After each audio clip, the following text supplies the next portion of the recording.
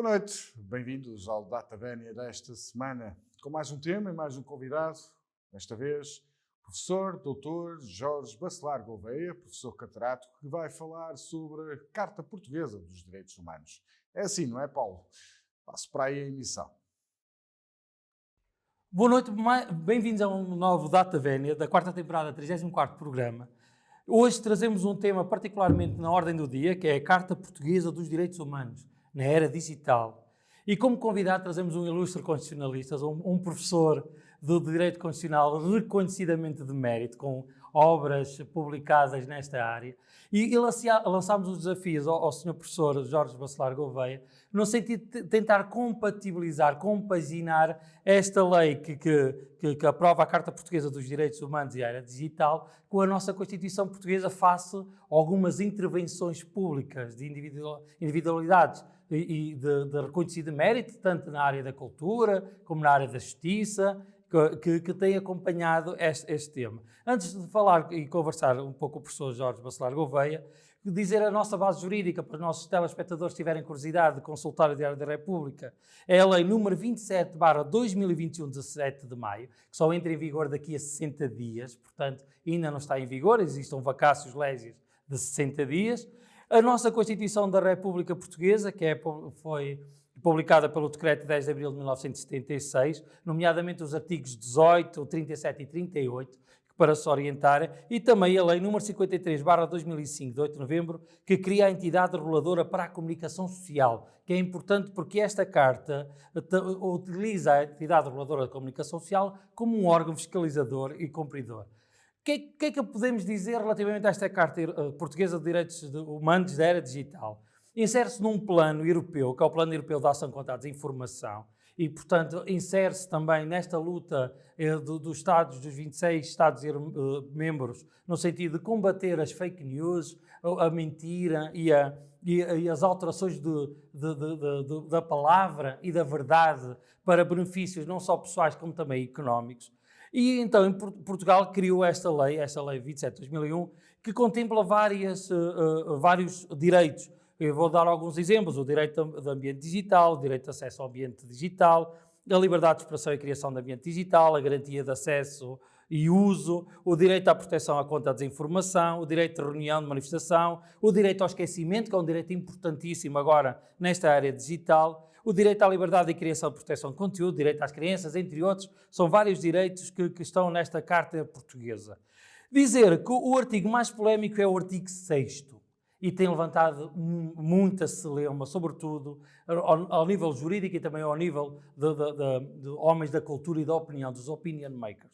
O artigo 6º porquê? Porque fala sobre o Estado ter a incumbência de proteger a sociedade contra a difusão de narrativas consideradas desinformação. Portanto, este tipo... E depois diz aqui o que é a narrativa comprovadamente falsa ou enganadora, que diz que são a utilização de textos e vídeos manipulados, fabricados, bem como práticas para inundar caixas de correio, etc, etc. Tenta densificar um pouco aqui o conceito de narrativa comprovadamente falsa.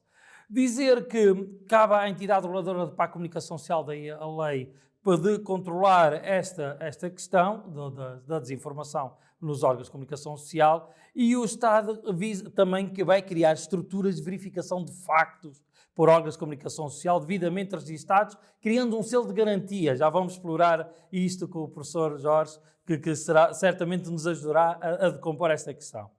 Relativamente a esta questão, vem-se dizer, e há algumas dificuldades que eu apresento, e depois para lançarmos as pistas, relativamente à compatibilização do artigo 6º com o artigo 18, número 2, da proporcionalidade, por uma questão simples, porque à comunicação social apenas é exigível uma verdade plausível, e esta Carta Europeia a todos os cidadãos já vem exigir uma verdade comprovada. Portanto, cria aqui já uma desproporcionalidade de direitos que pode ofender este artigo número 18.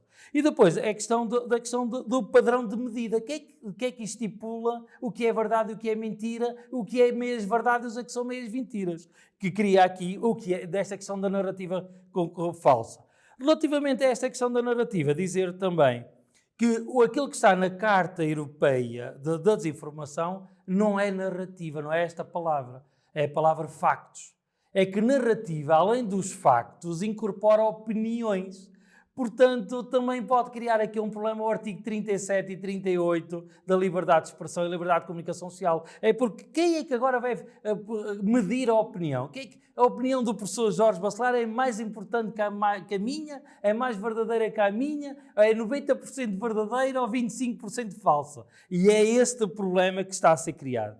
Relativamente a esta questão, e tinha aqui mais alguns apontamentos, mas ao vermos a palavra do seu professor, dizer que isto, e várias personalidades, eu trago aqui António Barreto, José Pacheco Pereira, Francisco Teixeira da Mota, Manuel Soares, que é o presidente do Sindicato dos Juízes, Maria José Morgado, que é juiz e conselheiro, José Barata Feio, que é provedor dos leitores do público, todos dizem e apontam que isto seja uma legitimação de todas as censuras. Mas a doutora Maria José Morgado até conta uma história com o inspetor Artur, aqui, da PIDE, não é? Que dizia: olha, minha menina, tu podes pensar o que quiseres, mas agora pôr em prática aquilo que pensas, isso já é connosco.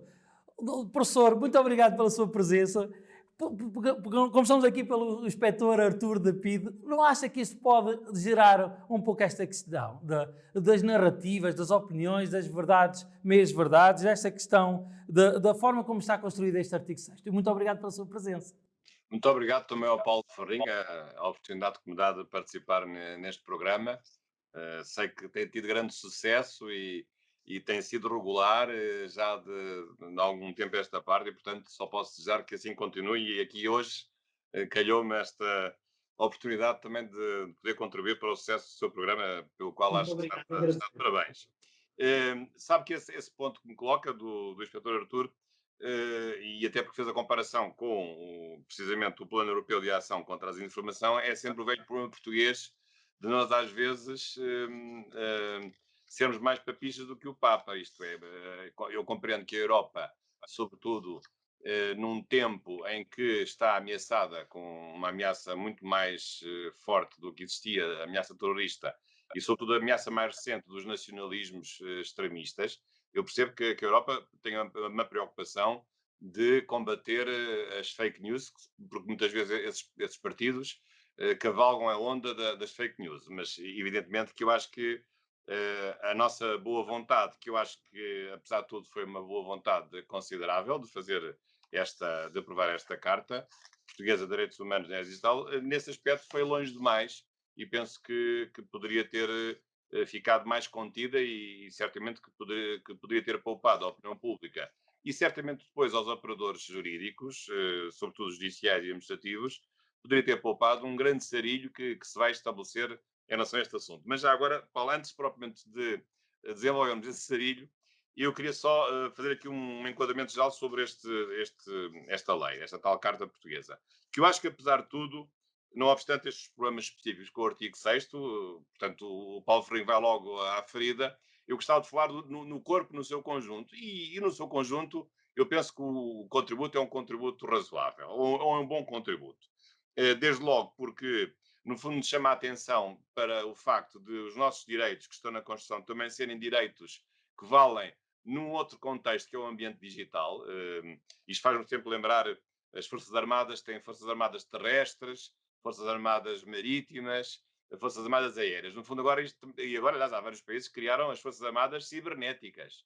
E, portanto, nós também temos os mesmos direitos que numa manifestação que exercemos na rua, mas também podemos exercer a nossa manifestação em ambiente virtual, ou a nossa liberdade de opinião, que já fazemos com redes sociais, etc. Portanto, aqui esta nova realidade do digital, do ambiente digital, é uma realidade muito importante, como um novo espaço, ou um não espaço, um não território, onde também exercemos exatamente os mesmos direitos. E, portanto, esta carta vem chamar a atenção para a validade dos nossos direitos fundamentais que nós estávamos habituados a exercer em termos físicos ou em termos interpessoais, também se mantém no ambiente digital. E o ambiente digital não é um ambiente sem regras, não é um ambiente selvático, como há uns tempos foi, agora talvez menos, e, portanto, esses direitos também devem manter-se. Por outro lado, também já agora, ainda referir outra coisa, é que esta carta, sendo uma lei, ela tem alguns direitos fundamentais que acrescem aos direitos que estão na Constituição. Sabemos que os direitos fundamentais têm um valor superior aos direitos que estão nas leis ordinárias ou nos tratados internacionais, e assim, com esta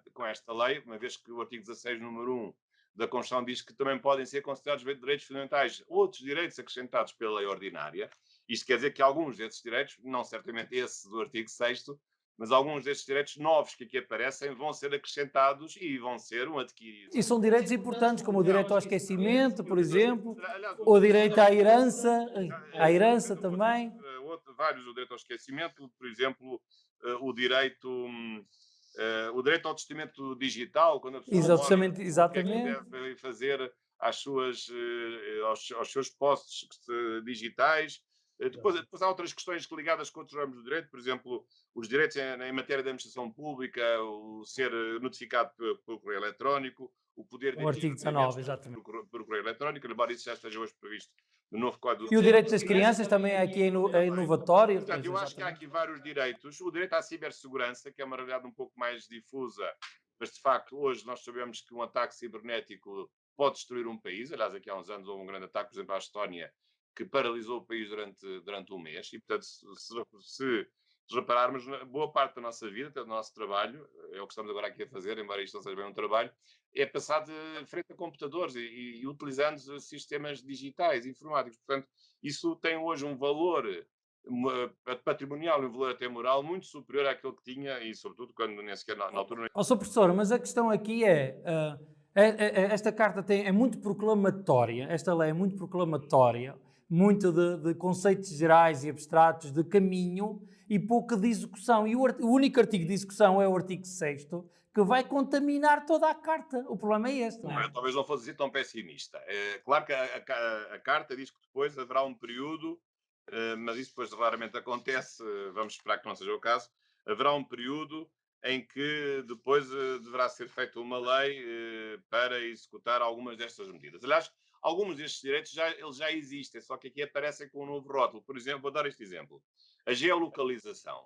É proibida a geolocalização. Ela só é permitida como medida penal para localizar pessoas suspeitas ou pessoas condenadas, mas evidentemente que a geolocalização, se não for consentida pelo próprio titular do meio que permite a geolocalização, é uma intrusão inadmissível na vida privada, saber onde é que a pessoa está em cada momento, embora isso, para efeitos penais, pode acontecer através das operadoras telefónicas, sobretudo se for através do telemóvel. Portanto, há aqui várias questões que já também foram desenvolvidas, ou que estão na Constituição Portuguesa. Eu recordo aqui, e acho que se deve frisar o artigo 35 da Constituição, que foi feito em 76, na altura ainda não havia computadores nem internet, e repare que, digamos, a antecipação e a visão que o legislador constituinte teve, logo em 76, sem computadores e sem internet, já ter estabelecido um conjunto de direitos que hoje continuam a ser exatamente válidos como eram na altura, quando na altura não havia. Mas a Constituição é um texto dinâmico, não é letra morta. Outro diploma que se relaciona com este é o RGPD também, porque algumas coisas que aqui estão também estão no RGPD. O caso do direito ao esquecimento está no RGPD. Portanto, mas isto agora alarga aqui um pouco a matéria, portanto vai além da questão da proteção dos direitos pessoais, mas depois tem outras conexões com o direito à cibersegurança, que tem uma dimensão institucional, e depois aspectos mais privados, o testamento digital e os aspectos relacionados à administração pública. Ora bem, mas agora podemos ir então ao ponto... A parte mais complicada eu tentar antecipar um pouco tentar que o professor, num exercício teórico, me diga e consiga distinguir o que é verdade plausível, que se aplica, por exemplo, à comunicação social, e verdade comprovada que se aplica ao cidadão. Como é que se vai conseguir distinguir? Acho que, bem, há uma distinção, mas essa distinção é inconstitucional, porque, digamos, a comunicação social não tem, digamos assim, ou de outra forma, o cidadão não é um menos em relação ao meio de comunicação social, porque o que distingue a opinião ou a expressão do cidadão em relação à comunicação social não é um poder dizer falsidades e o outro dever dizer coisas verdadeiras, não é isso. O que distingue é, digamos, a forma organizada como a atividade se realiza, que é uma atividade informativa e organizada de prestar um serviço informativo ou um serviço de programação, que são os órgãos de comunicação social. Pois há a dimensão informativa e há a dimensão, digamos, lúdica. Mas, digamos, a essência das coisas nunca pode ser a mesma. E, portanto, aqui o cidadão não pode ser colocado numa situação de ser prejudicado, porque então, se for um cidadão comum, ele tem que falar mais verdade do que o jornalista que está no exercício das suas atividades. Isso não faz nenhum sentido, porque não é isso que distingue, digamos, a atividade jornalística ou da comunicação não se distingue em função da essência das coisas. Distingue-se é o modo como a atividade se exerce especificamente na informação e o cidadão comum pode fazer outras coisas além da própria informação. Este é um primeiro aspecto. Agora, há outra coisa aqui que também assusta um pouco neste artigo, que é um problema também de separação de poderes, porque, digamos, quem vai fiscalizar, segundo o que está aqui no artigo 6, quem vai fiscalizar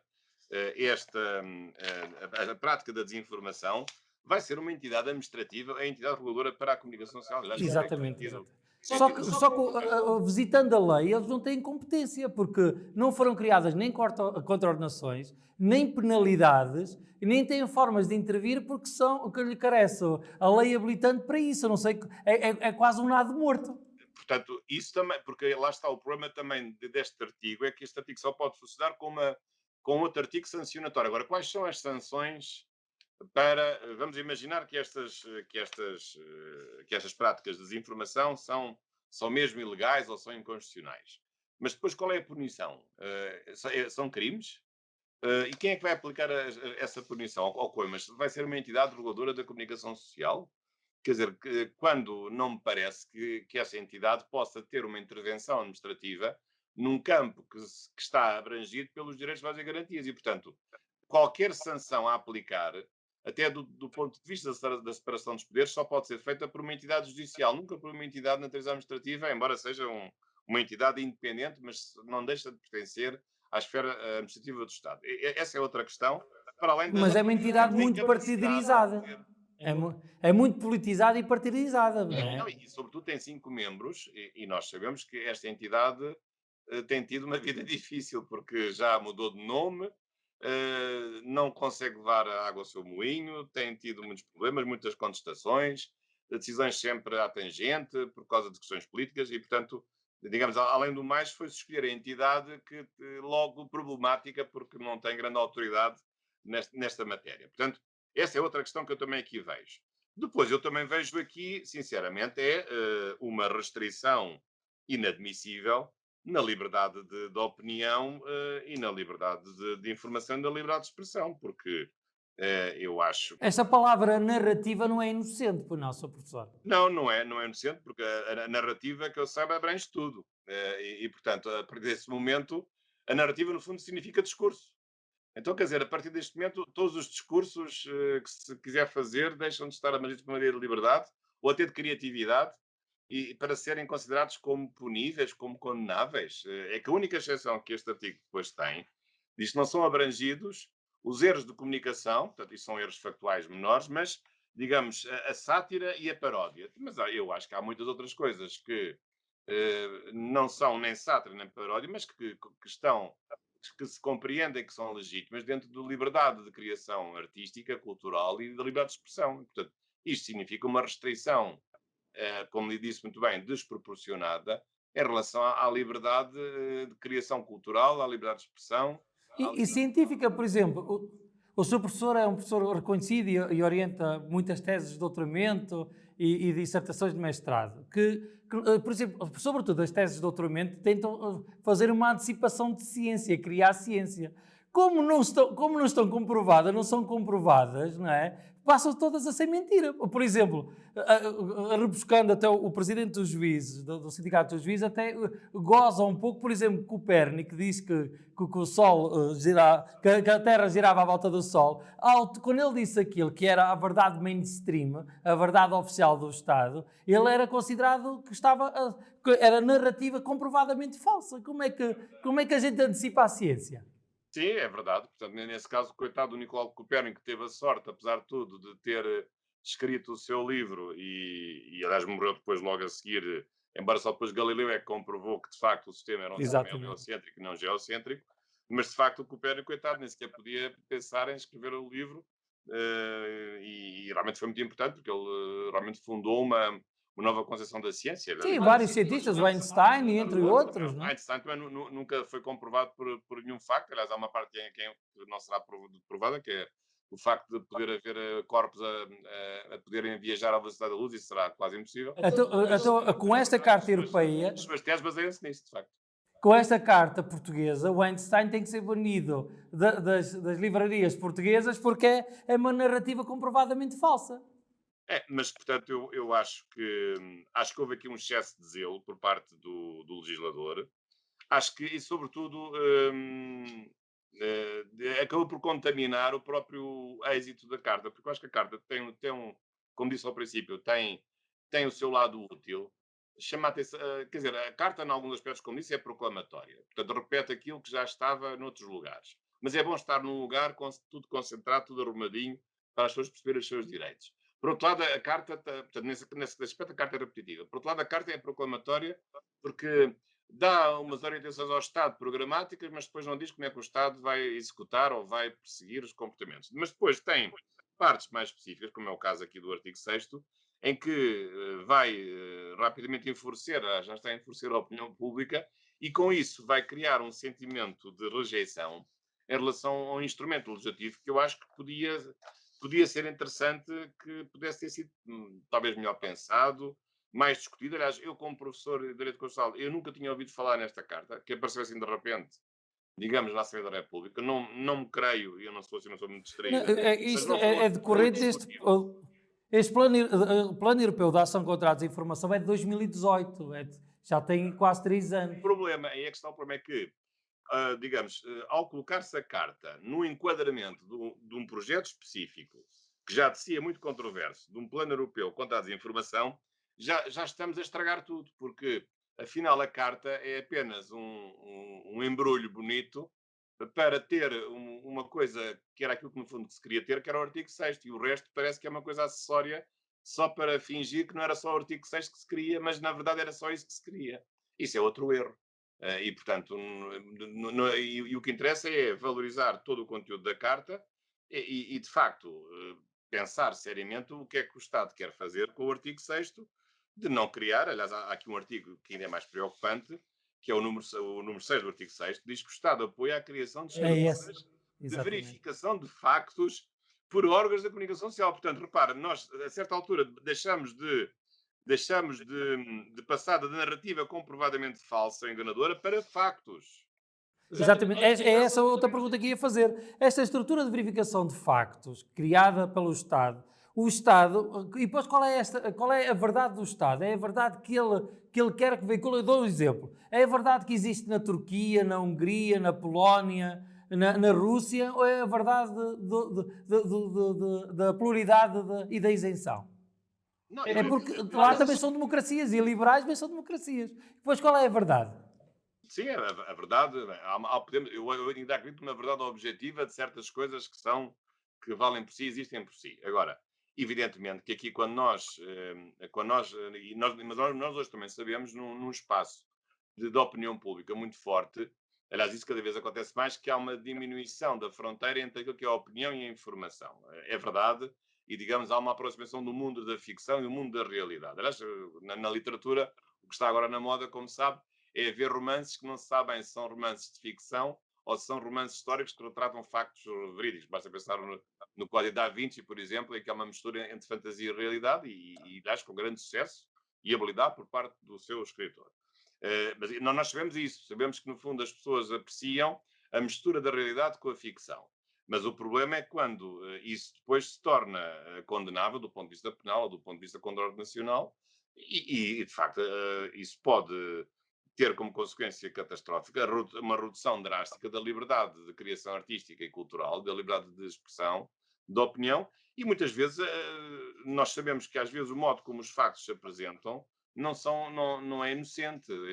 Sabemos que os factos não são descarnados também da opinião daqueles que protagonizaram os factos ou daqueles que observaram os factos. E, portanto, tudo isto me parece um caminho muito perigoso.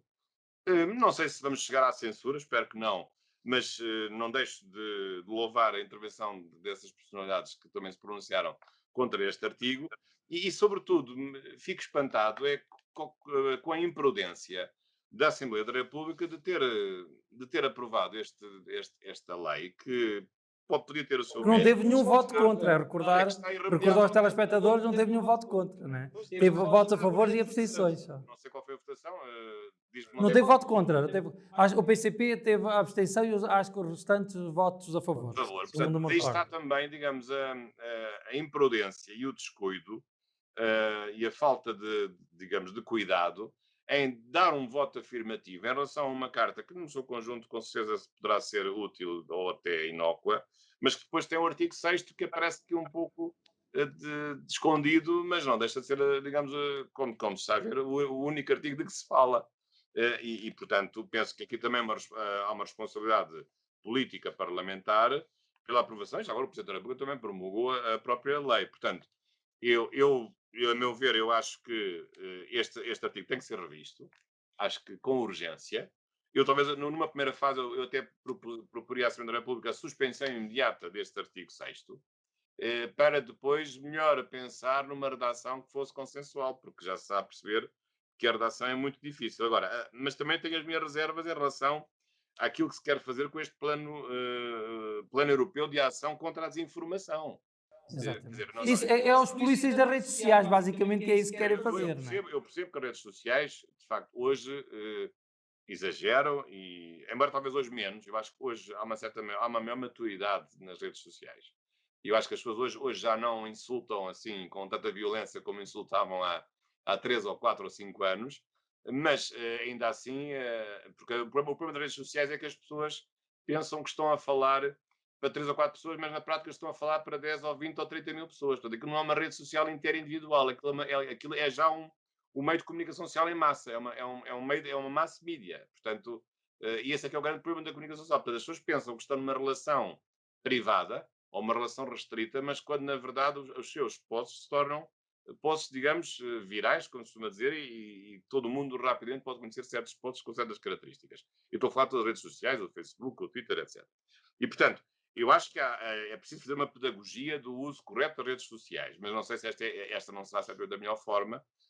E agora, de toda a maneira, já tem havido decisões dos tribunais de condenar práticas difamatórias e injuriosas na comunicação social, de ofensas da honra das próprias pessoas visadas. E, portanto, também as pessoas hoje já não têm aquela Mas ideia o problema, Sr. de Professor, ninguém os vai direitos. apanhar porque é tudo, ou porque os perfis são falsos, ou porque de facto aqui é um campo que eu estou livre, porque eu não estou a ver a pessoa frente a frente, vis-à-vis, e portanto posso dizer aquilo que me apetece. Hoje já não estamos nessa fase, mas ainda assim é preciso ter algum cuidado com este tipo de medidas demasiado drásticas. Claro, doutor, mas é aquilo que os direitos subjetivos, tanto no Código Civil como no Código Penal, não estão suspensos pelas redes sociais e cabe aos tribunais aferirem ou não se são as difamações, as injúrias ou as ameaças ou as extorsões que são cometidas através das redes sociais, sendo eles os órgãos de soberania competentes para perceberem se determinado facto está subsumido a prática de um crime. Agora, esta questão da verificação desta entidade pública para a verificação da verdade, o que é chamado, o que é esta verdade, o que é verdade e o que é mentira, não é? É uma polícia da internet, é uma PI da internet. Vamos ter agora aqui uma PI da internet, o que é uma coisa realmente estranha, porque é que, repara, além do mais, ainda há outro problema que aqui passa um pouco despercebido, embora a certa altura haja aqui uma referência, por exemplo, o direito à neutralidade na internet. Digamos que, que os conteúdos não podem ser sujeitos a discriminação, restrição, interferência em relação ao remetente, ao destinatário, etc. Portanto, qual é o problema também que aqui se coloca, que é outra questão parecida com esta, é que muitas vezes os donos das redes sociais fazem uma censura conteudística do conteúdo daquilo que é dito. Às vezes, Se substituem aos tribunais. portanto, vemos muitas vezes que os tweets lá do Presidente Trump foram suspensos, ou certos políticos, ou foram suspensos, foram banidos das redes sociais, ou foram suspensos durante umas horas, ou uns dias, enfim, umas semanas, não sei. Portanto, esse é outro problema, porque aí, nesse caso, digamos, os donos dos provedores e das redes sociais, que têm um poder fáctico muito grande, porque têm muitas pessoas associadas, entre as que se comunicam entre si através dessas redes, já estão a exercer um poder que só o Estado deveria exercer, que é um poder de censura. Ou um poder, digamos, de punição. Digamos, não é dizer um poder de punição, Punição. que às vezes é mais Que cabe aos tribunais. do que a própria punição penal, é a punição de alguém ser silenciado numa rede de comunicação social de redes sociais em que precisa dela para fins políticos, para fins comerciais, para fins publicitários.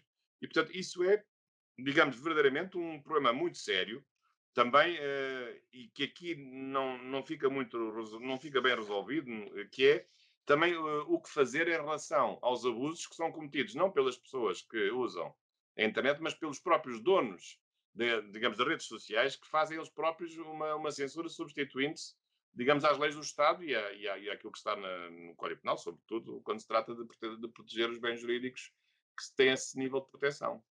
Doutor, estamos praticamente a terminar. Tenho mais duas perguntas. Uma provocação minha, que é onde é que cabe aqui o direito à estupidez? O direito às... Pois, eu acho que tem que haver ou então um direito fundamental à asneira, também se pode pôr. Exatamente. Que também prevalece na Constituição, o direito à asneira, Eu não acho é? que não, o direito fundamental à asneira e à estupidez faz parte da nossa liberdade de opinião e, portanto, É acho que, que é que deixa de estar existir contemplado. e acho que ele deve existir. Aliás, mesmo que ele não seja escrito, ele existe todos os dias, porque nós todos os dias vemos asneiras e coisas estúpidas, mas de facto acho que temos que preservar e temos que lutar pelo direito fundamental à asneira. Acho que tem todo o sentido isso. Acho que sim. Doutor, a última pergunta, estamos praticamente a terminar, é a pergunta desconfortável que eu brindo sempre aos meus convidados, sempre de uma forma simpática. A pergunta desconfortável, o seu professor foi um político ativo, foi deputado da Assembleia da República, teve uma intervenção pública muito forte relativamente ao estado do país, é um comentador ativo nas televisões relativamente ao nosso país. Como é que encara esta questão da gestão dos direitos fundamentais da pandemia? Acha que o Estado se portou bem com os cidadãos e no respeito à liberdade? Eu acho que o Estado teve sorte, digamos, nos resultados político-sociais, mas sem saber como, atropelou pelo caminho uma série de regras e uma série de direitos, em relação aos quais as pessoas não se aperceberam, ou porque não reagiram, mas porque os resultados acabaram por correr bem. Mas, como constitucionalista e como jurista, via as coisas mais horríveis que pensava na minha vida nunca ver, ou nunca poder ver, que foi realmente a violação sistemática de direitos, a utilização do estado de calamidade totalmente disfuncional em relação à situação que se pretendia resolver, embora depois, a certa altura, acabou, acho que o estado de emergência voltou a ser declarado várias vezes e percebeu-se que era mesmo pelo estado de emergência e não pelo estado de calamidade que o assunto podia ser resolvido. Mas penso que houve esse aspecto que nós podemos até certo ponto desculpar, porque era uma experiência nova. Aliás, estou à vontade, eu fiz a minha tese de doutoramento já há 22 anos sobre o estado de sítio e o estado de emergência, portanto, agora pude ver a tese a ser aplicada na realidade, coisa que eu nunca gostaria que tivesse acontecido, naturalmente, porque isso é sempre mau sinal. Mas penso que há várias lições a tirar para o futuro e de facto, aquilo que há é, também lamento isso, é mudar a legislação. O Parlamento tem tido uma posição que eu acho que é discutível, que é de dizer que enquanto a pandemia durar não vai mexer na legislação. Ora, eu acho que devia ser ao contrário, se estou a ver bem as coisas. É precisamente quando é útil mudar a legislação que nós temos que mudar a legislação, não é quando a pandemia terminar que vamos mudar a legislação para uma pandemia que O já não professor existe. defendeu uma lei de emergência sanitária, Sim, que eu li não, vários e artigos houve que vários escreveu, problemas, não é? porque e só não houve mais pela passividade e pela paciência do povo português, mas eu recordo várias decisões de vários tribunais, aliás, tomadas com grande coragem por parte dos juízes e das juízas, de libertação de pessoas que foram colocadas em quarentena de uma forma ilegal e inconstitucional. Isso aconteceu nos Açores várias vezes, não aconteceu, julgo, no continente, também não sei porquê, mas quando as pessoas eram impostas, muitas vezes com quase uma prisão domiciliária, sem qualquer intervenção de juiz a validar essas decisões e apenas com comunicação à autoridade policial. E nós sabemos que isso é uma coisa muito grave do ponto de vista da restrição da nossa liberdade, que é sermos colocados numa instalação sanitária em casa, não podendo sair de casa. Portanto, e tudo isso faz, digamos, faz um pouco de impressão que não tivesse havido, digamos, a percepção do problema de fundo e de não se ter agido de uma forma que, a meu ver, que devia ter acontecido. No caso dos Açores, ainda houve algumas mudanças pelo caminho. Por exemplo, eu participei nesse processo, pedir uma opinião sobre isso, e a certa altura o Governo dos Açores passou a comunicar aos tribunais quando a Autoridade de Saúde colocava as pessoas em quarentena, porque antes nem isso se fazia. E penso que no continente isso nunca é feito. É apenas que as pessoas são colocadas em quarentena e são comunicadas apenas às autoridades policiais, quando isso é um erro enorme, porque deviam comunicar também às autoridades judiciais ou judiciárias, não direi para ter uma validação prévia, mas para ter uma validação a posteriori ou ou uma não confirmação da justeza, da correção dessa detenção ou desse confinamento domiciliário. Mas acho que, apesar de tudo, as coisas agora estão a melhorar, mas acho que houve aqui uma grande desplicência e, sobretudo, uma ideia que me parece errada e triste, que é a ideia de que aqueles que falam nos direitos e nas liberdades são pessoas que são uns complicadores da vida e que são os troublemakers. Mas é preciso notar que nós estamos a lidar com aquilo que é de mais precioso num Estado de Direito Democrático, que são as nossas liberdades. E, portanto, nós não estamos aqui a complicar a vida a ninguém, nós estamos a defender as nossas liberdades. Pelo menos é nessa posição que eu me sempre coloquei, eu e muitos colegas constitucionalistas. E, portanto, nós não somos aqueles que arranjam os problemas. Nós queremos é defender os direitos das pessoas, que é uma coisa muito diferente. Mas há certos políticos que, por força de certas conveniências ou pela popularidade que não querem perder, depois atiram as culpas nos juristas, dizendo que eles é que estão a criar problemas e que as coisas se podem resolver de outra maneira. A verdade é que os tribunais, e isso também deve ser dito com justiça, os tribunais fizeram o seu trabalho com coragem. As autoridades policiais também, sendo forçadas às vezes a tomar decisões altamente discutíveis do ponto de vista da legalidade, tiveram bom senso. Muito mais bom senso do que os seus dirigentes políticos.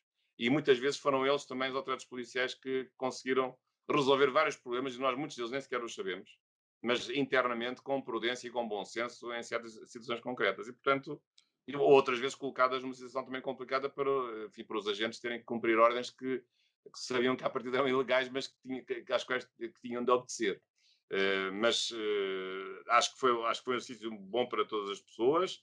A Europa reagiu de maneiras diferentes. O Brasil nunca decretou o estado de defesa, que é lá o equivalente ao nosso estado de emergência.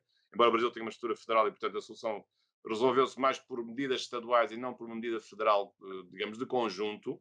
Mas são novos tempos e isto veio despertar a atenção para novos problemas. Portanto, mas aqui estamos. Acho que é importante também discutir esse assunto. Talvez um próximo programa esse também seja um Exatamente, tema para o Paulo Sr. Ferreira. Professor, agradeço a sua presença. É porque por eu ser um amante da liberdade, é que faço este programa, porque a liberdade tem que ser uma liberdade esclarecida. As pessoas só sabem que são livres quando têm consciência dos seus próprios direitos, porque senão é uma liberdade muito encolhida, muito cerceada, porque as pessoas depois não se sabem exprimir nos seus próprios direitos. É por isso que nasce o Data Vénia também, para ajudar os telespectadores a isso. Já que fez essa referência ao meu percurso político de deputado, eu um dia ainda hei de escrever as memórias, mas não faço agora porque vou arranjar muitos inimigos, já tenho bastantes.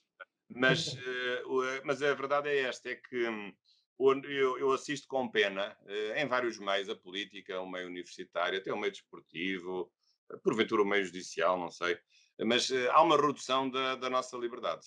Eu acho que a democracia está em risco, porque não é, as pessoas hoje não têm a mesma liberdade de ter as suas opiniões como tinham há algum tempo antes. Eu sinto isso. Há uma redução do espaço vital da nossa democracia. E portanto, a melhor forma de reduzir... O seu programa também é de louvar em nome disso, o que acabou de dizer. E, portanto, eu tenho por experiência própria e como observador, sinto com tristeza que as novas gerações não apreciam a liberdade como as gerações anteriores dos seus pais ou dos seus avós. E isso um dia vai nos sair muito caro.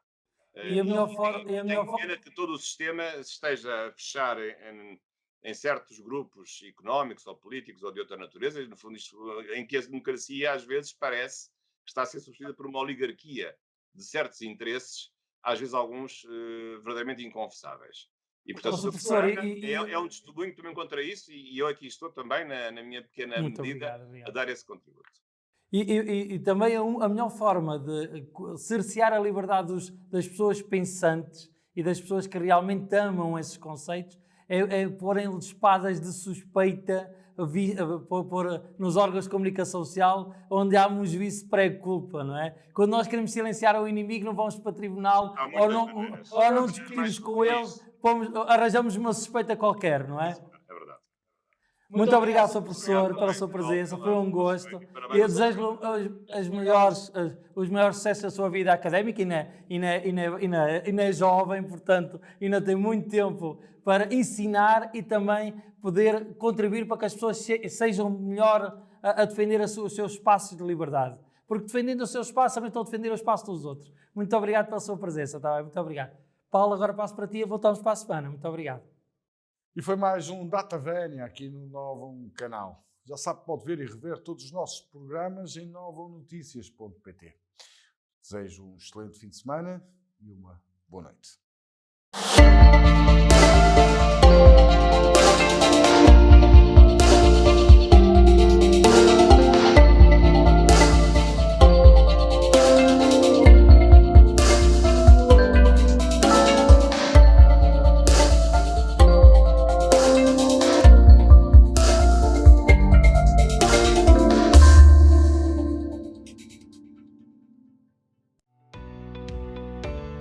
Novum Canal. Sempre Novum, sempre seu.